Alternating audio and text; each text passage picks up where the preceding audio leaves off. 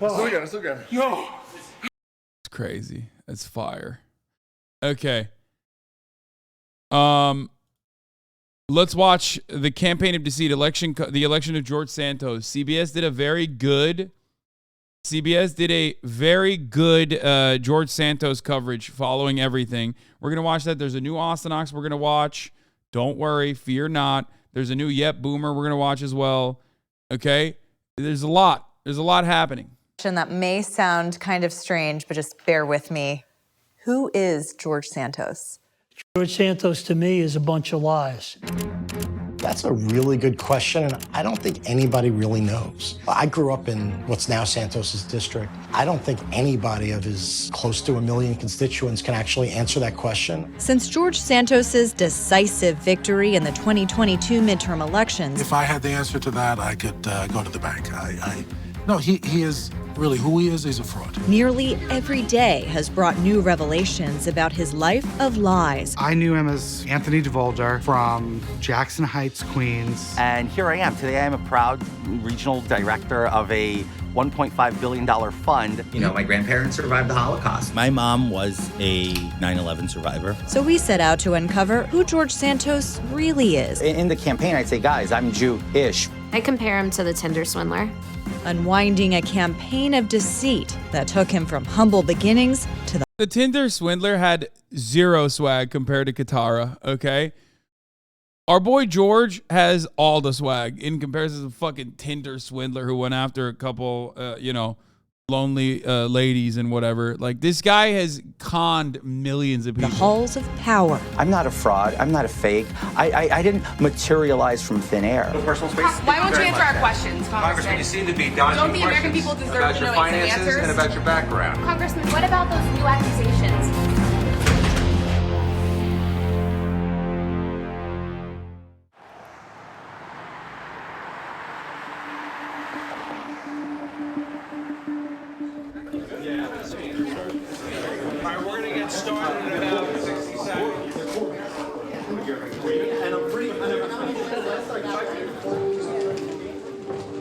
So thank you all for coming today. George Santos' campaign last year was a campaign of deceit, lies, and fabrication. Today, and not the kind that we like. You know, I'm the Nassau County head of Republican caucus. Like, fuck you mean, dog? You're used to it, brother. Like, it's just a little bit more than what you're used to. That's it. On behalf of the Nassau County Republican Committee, I am calling for his immediate resignation. Ladies and These are the Republican Party bosses who hold political power in New York's 3rd Congressional District. Today, I'm calling on George Santos to immediately resign from Congress for the 3rd District. 5 days after the new Congress was sworn in down in Washington, they admitted publicly that they had been duped by the candidate they handpicked. Congratulations. He is a stain on the House of Representatives. He's a stain on the 3rd Congressional District. He should resign. Thank you. Not tomorrow, not next week, today. Thank you all. Do you feel any personal responsibility for what happened? Of course we take some responsibility, and I'm not backing away from it. We take this seriously. We try to get the best candidates. Everything just fell in place for this guy, and shame on us. Had you ever seen anything like this? No, and I hope I never see it again. Is this it? Hi, how are you? Good afternoon. My name is George Santos. I'm running for United States Congress. Before George Santos became a household name, he began his political career with... Can you give a brief summary of what George Santos did? Are you fucking joking? This entire documentary is a brief summary. There is no way to briefly describe what George Santos has done so far and will continue to do. By the time this documentary came out, there was already like 12 other new things that he had done that we found out were also lies. He has lied about every single thing in his life. Every single thing. With a failed bid for Congress during the pandemic. In a district that had gone for Democrats for 5 consecutive elections, Santos lost by more than 12 points. Back then, Santos was a fringe candidate with almost no money. Evan Stavisky has been a Democratic strategist in New York for more than 20 years. After he lost, Santos went down to Washington. Hey, Washington. And said the election was stolen from Donald Trump, which is a lie, and that the election was stolen from him, which is a lie. They did to me what they did to Donald J. Trump. They stole my election. Santos rallied the crowd before January 6th, and he partied at Mar-a-Lago on New Year's. But as the saying goes, all politics is local. And turning to the 2022 election, his family lived the American dream. But now George Santos has seen that dream become a nightmare. Meant figuring out an identity that would connect with voters in New York's 3rd District.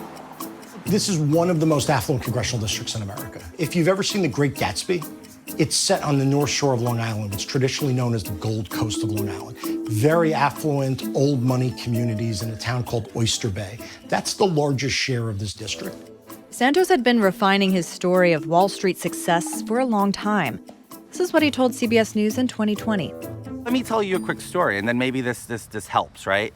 When I first started in my career at Citigroup, I was told, oh, you're a really smart guy.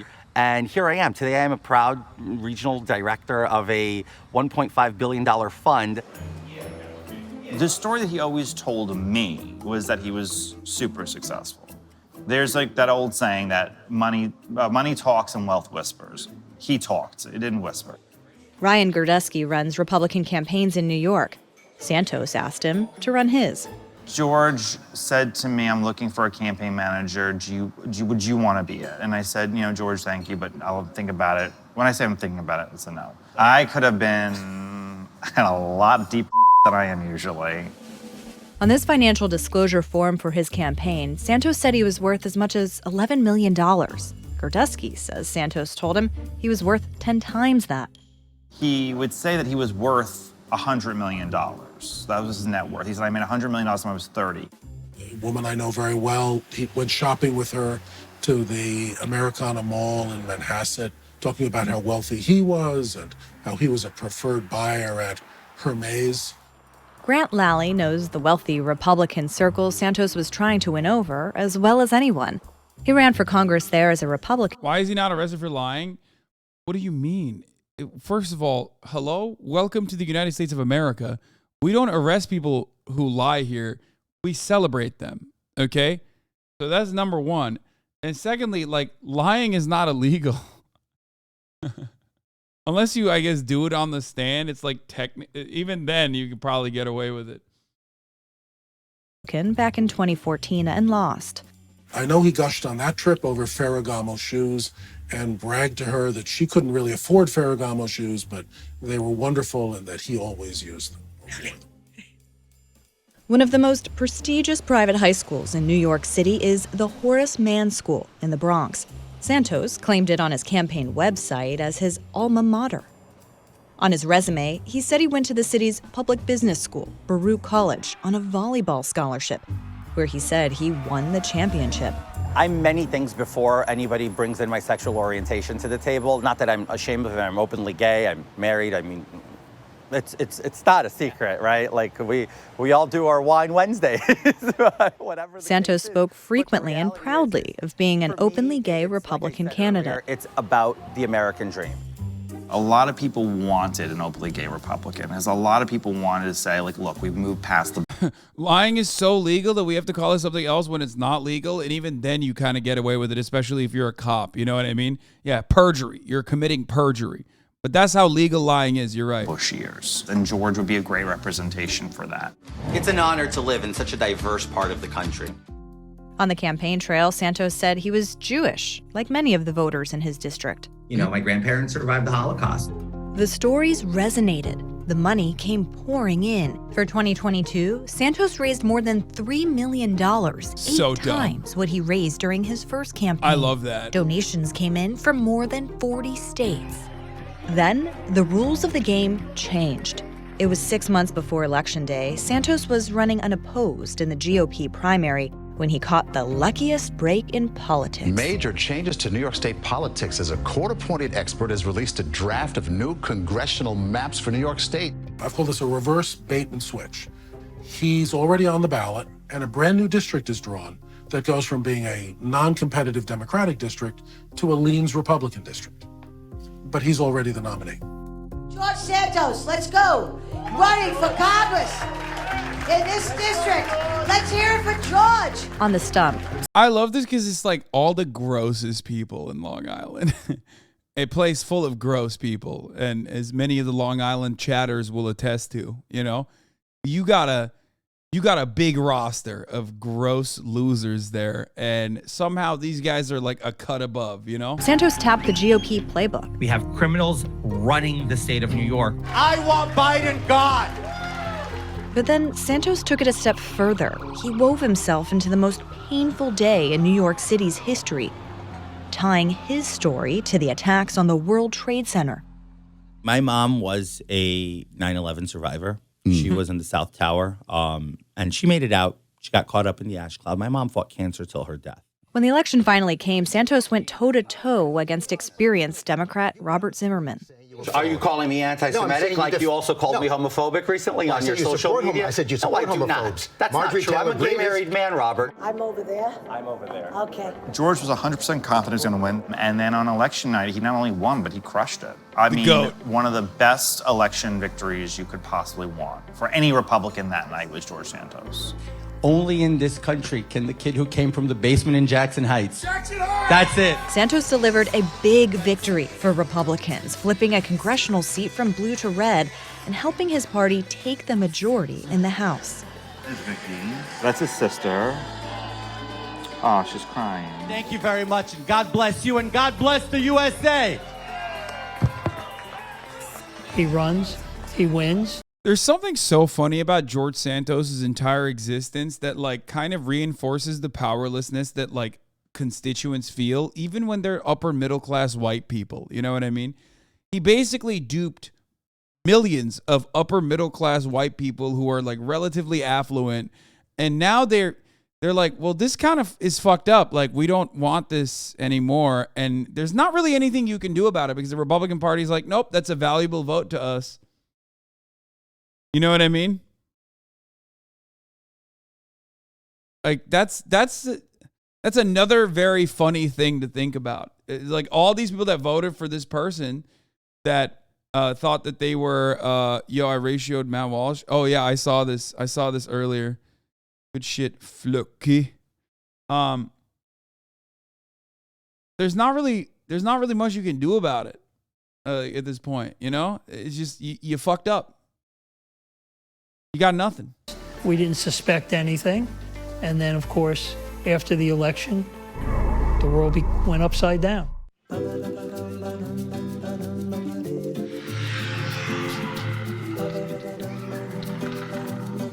If the Republican majority wasn't so slim in the House, you think they would have done something to get him out? No. No. Republicans don't give a shit. Dude, remember, they don't fucking care. They don't fucking give a shit. They don't care if the guy lied. Who gives a fuck? There's no way. If the majority wasn't so slim, they probably wouldn't put him on committees. But he gets to also be in committees as well on top of maintaining his seat because the majority is slim. But like, you know, always remember Roy Moore, a pedophile. Roy Moore, a pedophile who was not allowed to go to his local mall because of how he utilized the local mall to, like, you know, prey after young women, was defended by the Republican Party because they thought, you know, that Alabama Senate seat was very important and they didn't have enough time to swap him out for someone else.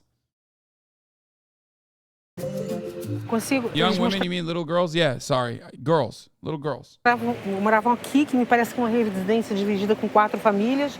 Santos's parents were Brazilian, and while the coastal town of Niterói, Brazil, is a world away from New York's 3rd Congressional District, it's where Adriana Parisi says George Santos stayed as a young adult while his mother struggled with a gambling problem. She knew him by his middle name, Anthony. Mas em relação a Anthony é capaz de qualquer coisa para ter poder. Santos denies what Parisi told us, that he stole jewelry from her. She never reported him to the police, but store clerk Carlos Bruno Simoes did. Comprou calças, camisas, vários itens e também par de tênis que, segundo ele, era para presentear namorado. Porque na época era muita grana, era muito dinheiro. Okay, I don't really care about that stuff. Yeah, he's a criminal. Who cares? That actually is a plus, honestly. Like, the irony of this is that, like, as a congressperson, you are doing actual crimes all the time, like, or objectively immoral shit all the fucking time, like petty theft or check fraud or whatever when you're a broke boy living in Brazil. Who gives a fuck? $6 million in lobbyist money that you got from Norfolk Southern to eviscerate or to not push for railroad protections that the labor unions were advocating for, that ended up with the East Palestine explosion, controlled demolition after the derailment. That is a crime. That's like an actual fucking crime, but that's legal. Not only is that legal, but also it's expected and nothing will happen. Okay? That is some shit that you should be punishing with, like, maybe not the, death penalty, even though we do have it in America. And if, we were going to use it on anyone, I'd do that instead. I'd use it on the fucking congresspersons and the railroad executives that push for shit like that. You know what I mean? Not like mentally disabled black people in, like, Texas and Florida, which is a legitimate problem. Okay? And yet we don't do it. We don't do that shit.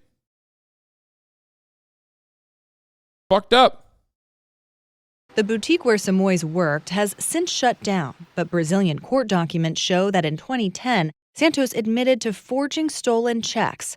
Simoes never got the $1,300 he was owed, and prosecutors seemingly lost track of Santos when he disappeared from the country. That's such little baby do you have a shit, response dude. to New Yorkers who are still calling for you to step down? Since the 34-year-old's congressional win, many of the stories Santos told on the campaign trail have been exposed as outright lies. You have more Republicans from New York who are still asking you to step down. George Anthony DeVolder Santos never worked at Citigroup. He was not worth $100 million when he was 30. We don't know for sure, but he probably wasn't a preferred buyer at Hermes. He didn't attend the Horace Mann School. His mother wasn't in the World Trade Center on 9/11. He wasn't the descendant of Holocaust survivors. He never went to Baruch College. And George Santos never won a volleyball championship. Really, who he is a fraud. Grant Lally runs the North Shore Leader, the newspaper that, during Santos's campaign, published what was otherwise discussed only in whispers in Republican circles. He began to be known as George Scamtos among those who paid attention. George Scamtos. Correct. My old campaign manager called me up out of the blue in the middle of this campaign, and he said, "Grant, what is this? This is not a campaign. This is a beach party." On hotels in Florida alone, Santos's campaign spent more than $11,000, part of the more than $3 million his campaign spent during his run. We knew from his 2020 filings, he didn't have any money at all. And then all of a sudden in 2022, he claims to have come into a lot of money. Yeah, I mean, that was really the moment that really hit us, that there's really something wrong here, was when his campaign finance filings claimed that he made a $700,000 loan to his campaign. Prosecutors at the federal, state, and local level are now investigating. A watchdog group filed this complaint with the Federal Election Commission, questioning Santos's expenses and the source of the funds he loaned his campaign. Around the time he loaned that money, Santos was doing this. Currently at Harbor City Capital, I manage a $1.5 billion fund, right? And I know how to manage it well. Harbor City Capital. Before it was alleged to be a classic Ponzi scheme and shut down by the Securities and Exchange Commission, George Santos was the regional director in New York. He has said he wasn't aware of any wrongdoing. After the federal prosecutors shut down Harbor City Capital, Santos formed new companies together with Nancy Marks down in Florida. Nancy Marks. Who is Related to Karl Marx, another scammer. loved capitalism so much, wrote a book about it. Now everybody thinks he was a communist. Kind of fucked up. She was Exposed. Santos's campaign treasurer. She filed all of his reports, which means she should have known whether they were true or false when she filed them as the treasurer, and she had that legal responsibility. Hi, Nancy. We reached out to Nancy Marks several times and never heard back. So we showed up at a meeting for a Long Island library where she serves as a board member. When we arrived, her seat was empty. So we knocked on the door where she runs her business. The lights were on inside, the political posters hung in the windows, but nobody came to the door. George Santos didn't lie only while running for Congress. We crisscrossed New York City and Long Island, digging into his past, and found a trail of bitterness. Women and men once close to Santos who say they'd been burned by his falsehoods and betrayals. I mean, he left a wreckage.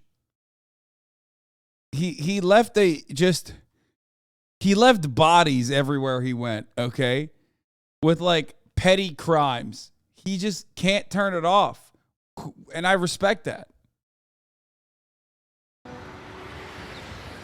It's crazy to me now thinking back because, I mean, he's had these characteristics from so young. Attorney Tiffany Bogosian went to middle school with Santos at IS 125 in Queens, where she says he was bullied. I think one of the funniest parts about this is that like mainstream media is completely avoiding talking about how much the Democratic Party fucked up by allowing this to happen in a comfortable blue district. Like one of the main fundraisers of the Democratic Party was unseated by this man who had so many flaws that he should have been laughed out of every fucking room.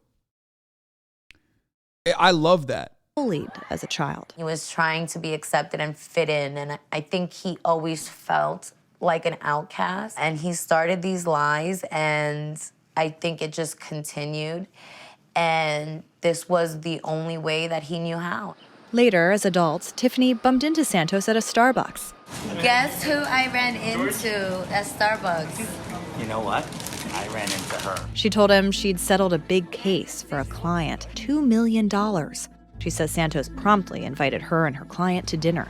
It was this huge room with like one table in the middle.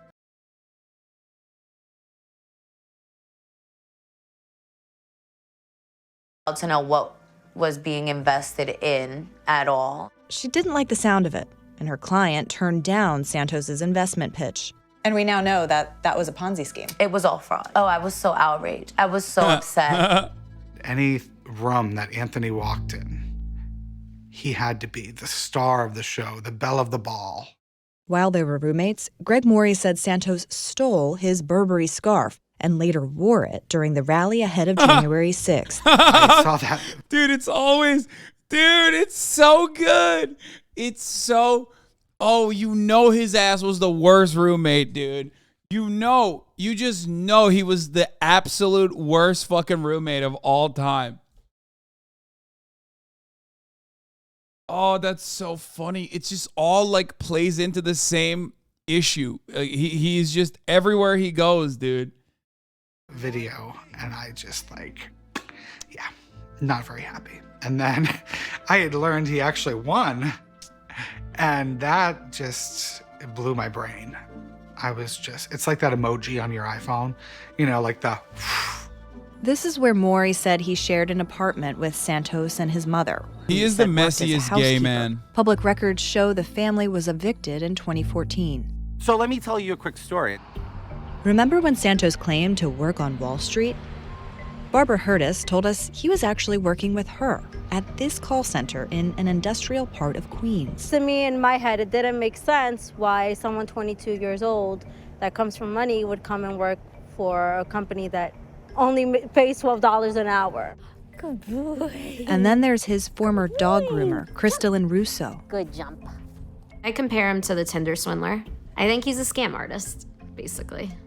Who alleges Santos was running a sham pet charity, pocketing money meant for dogs in need. I want people to know that he is a liar, that he's not to be trusted, especially not, as a representative of our Congress, and definitely not anyone that had genuine care for animals. There's a lot of things you can rationalize with George. You could rationalize why somebody whose mother was a cleaning lady, allegedly, would want to say he had money because You know he's a cat owner, okay? Only cat owners have this kind of disdain for dogs, okay? Straight up. This is just cat owner activity, okay? I can just sense it. Like the vibes, the attitude, the behavior, typical cat owner. they feel embarrassed by being poor. I cannot rationalize why someone would say their mother died in the World Trade Center when they did it. On the morning of 9/11, Ryan Gerdesky's mother escaped Tower 1 alive. I knew a lot of people whose parents died on 9/11. None of them use it as a bragging point at all. And most don't ever bring it up. Your parents died the most horrific thing possible. I can't rationalize why you would say that when it wasn't true. There's so many levels of wrong in this story. Rabbi Deborah Bravo leads the Macomb congregation at her synagogue in Santos's district. There has to be a similar reason why you would claim being the child of Holocaust survivors and claim that your mother, was in the towers on 9/11. As sick as it seems, I actually think there was a sick brilliance in the way that he picked different stories that I think he thought would make him connected to the people of our district. The New York Republicans are calling you a disgrace. You will not resign. There's no formal background check during the process of being elected to Congress. During the campaign, the Democrats assembled this briefing book, but it missed many of Santos's lies. CBS News has learned that Republicans at the national level uncovered several of his lies early on in a report that Joe Cairo says he never saw. Will we change our process going forward? Of course we will. Fool me once, shame on you. Fool me twice, shame on me. We don't want to be fooled again. Bro, the fact that you can't get a job at McDonald's, but you can get a job in the United States House of Representatives is insane. Dude, I want to I'm losing my mind. Like, you literally cannot get a minimum wage job without this level of, this minor level of background checks. That's awesome. It's awesome. It's frustrating. God, I love America so much.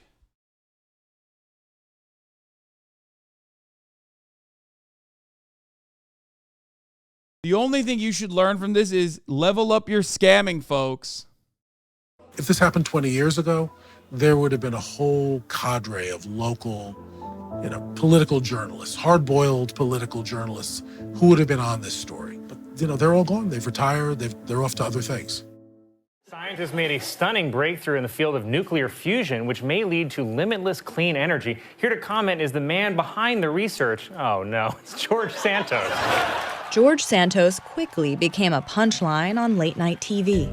As his life of lies came tumbling down, Santos defended himself with a mix of contrition and contempt, often in the same breath. Good to see you all. I made a mistake. And I think humans are flawed, and we all make mistakes. I'm not a fraud. I'm not a fake. I didn't materialize from thin air. On the question of religion, he downplayed his fabrications. But he certainly, guys, I'm his Jewish. stories Remember, did. I was raised Catholic. But he refused to reveal the source of the money he loaned his campaign. Where did it come from? Well, I'll tell you where it didn't come from. It didn't come from China, Ukraine, or Burisma. How about that? I got you guys some donuts.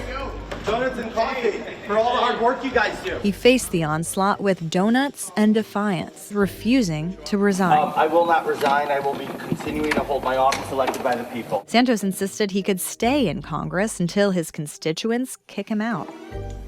He's defiant. Do you imagine that he stays in? Look, he doesn't care. He will never resign unless it's part of a criminal plea deal. Without objection, the gentleman is... It wasn't long before Congressman Santos assumed the role. On the floor of the House, he talked Iran and gas prices. He's taken several votes and attended party meetings. What will the impact on politics and campaigns be? It's an incredibly cynical episode in American politics. It's beyond satire. That's why I love it, because it just kind of shows that this entire thing is a sham. Santos declined our multiple requests for an interview, so we met up with him in the basement of the Capitol. Congressman, there are a lot of people that we've talked to that say that you have a problem with the truth. What do you say to them? What do you want your constituents to know about you? What do you say to some of your constituents who say that they want you to resign? He offered no responses, so we asked Congressman Santos what we asked everyone else. Who is George Santos? We do. Pardon me. He could have been the king. He really could have been the king of this entire thing. Saying my mother was a cleaning lady and now I'm a member of Congress, that's aspirational and it's relatable. And I think one of the tragedies is that his real life is much more relatable than the fake life is. Thank you very much, everybody. Thank you for making history. Yeah, I wonder why his fake life got him a lot more support from the Republican Party. You know, claiming that you're like this super wealthy person. Huh.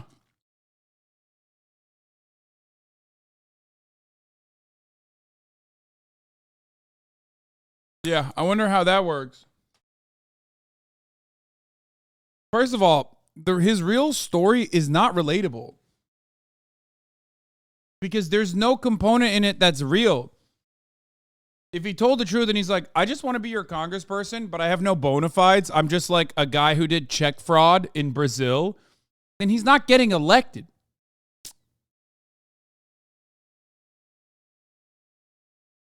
I'm just a gay guy from Brazil who did check fraud in Brazil. That's it.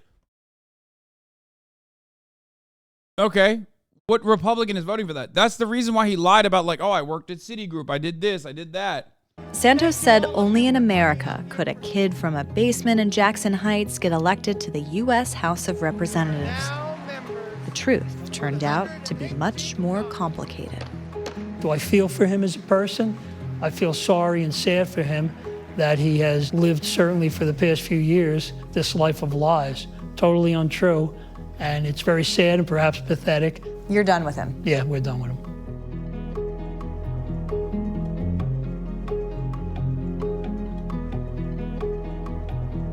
Why?